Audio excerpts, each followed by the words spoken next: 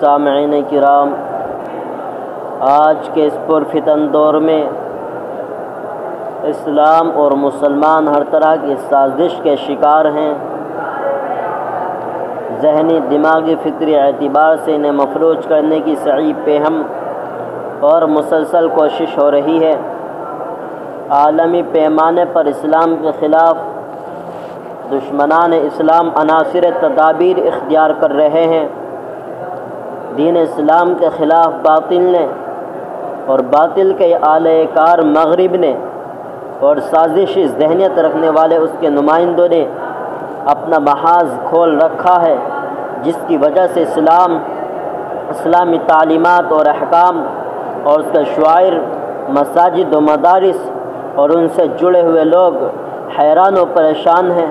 خلافت عثمانیہ کے زوال کے بعد جو مسلمانوں کے لیے سب سے تاریخی باب ہے، وہ یہودیوں کا ارض مقدس میں قیام ہے، جہاں مسلمانوں کی زمین پر غاصبانہ قبضہ کر کے مسجد اقصی، جو کہ ہمارا قبلہ اول ہے، اس کے انہدام کی ناپاک کوشش کر رہے ہیں۔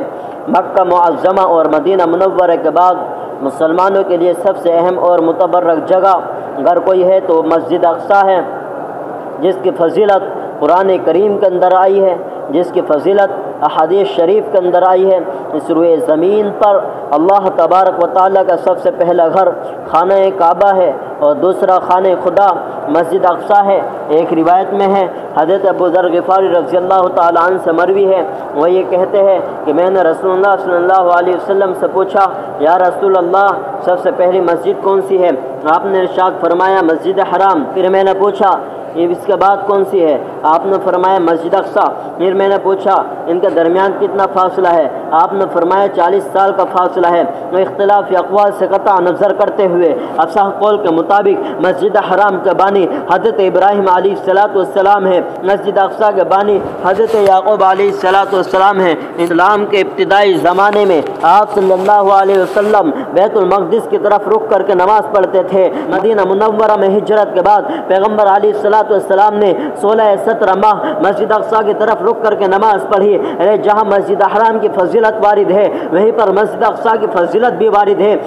مسجد اقصی وہ جگہ ہے جو پیغمبر علیہ السلام کے سفر معراج کی سب سے پہلی منزل ہے۔ مسجد اقصی وہ جگہ ہے جہاں پیغمبر علیہ السلام کو امام الانبیاء کا شرف حاصل ہوا۔ مسجد اقصی وہ جگہ ہے جو پیغمبر علیہ السلام نے تمام انبیاء کو امامت کرائی ہے۔ آؤ میں تمہیں بتاتا ہوں، پیغمبر علیہ السلام اور آپ کے خلیفہ راشد حضرت ابوبکر صدیق رضی اللہ تعالیٰ عنہ کے دور میں مسجد اقصی پر صلیبیوں اور عیسائیوں کا قبضہ تھا۔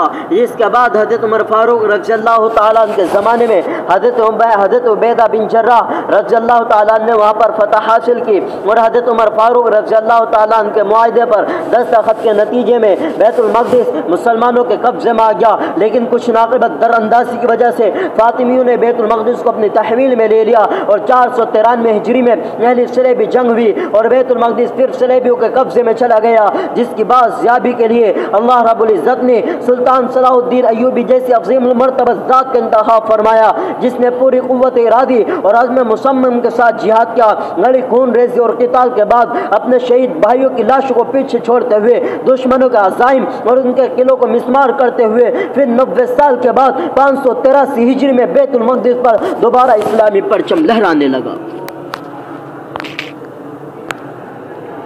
اس کے بعد یہودیوں کے سازش کا دور آتا ہے۔ یہودیوں کے بارے میں تو اتنا کہہ دینا ہی کافی ہے کہ یہود اسلام کے ابتدائی زمانے سے مسلمانوں کے بدترین دشمن ہیں۔ انہوں نے عہد نبوی میں بد عہدی کی ہے، اسلام کو جس طرح نقصان پہنچا سکتے تھے اس سے دریغ نہیں کیا۔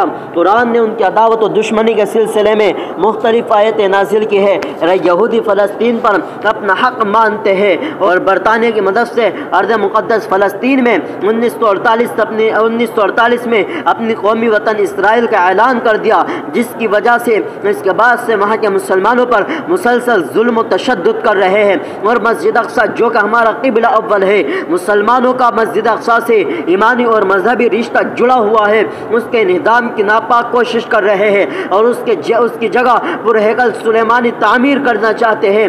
آؤ میں تمہیں بتاتا ہوں، جس کے نتیجے میں پورا عالم اسلام اور خاص کر کے وہاں کے مسلمان قرب و بلا میں مبتلا ہے، لیکن آخر میں یہی کہوں گا کہ اللہ ہی کارساز ہے، اللہ ہی کارساز ہے، اللہ ہی کارساز ہے۔ لیکن اتنا ضرور ہے، اسلام نے تمام مسلمانوں کو ایک جسم کی طرح قرار دیا ہے۔ جس طرح سے انسان کے کسی بدن میں تکلیف پہنچتی ہے، پورا بدن تکلیف کو محسوس کرتا ہے، اسی طرح سے دنیا کے کسی علاقے میں، دنیا کے کسی ملک میں، کسی شہر و قصبات میں اگر کسی مسلمان کو تکلیف پہنچتی ہے تو تمام مسلمانوں کو اس تکلیف کو محسوس کرنا چاہیے۔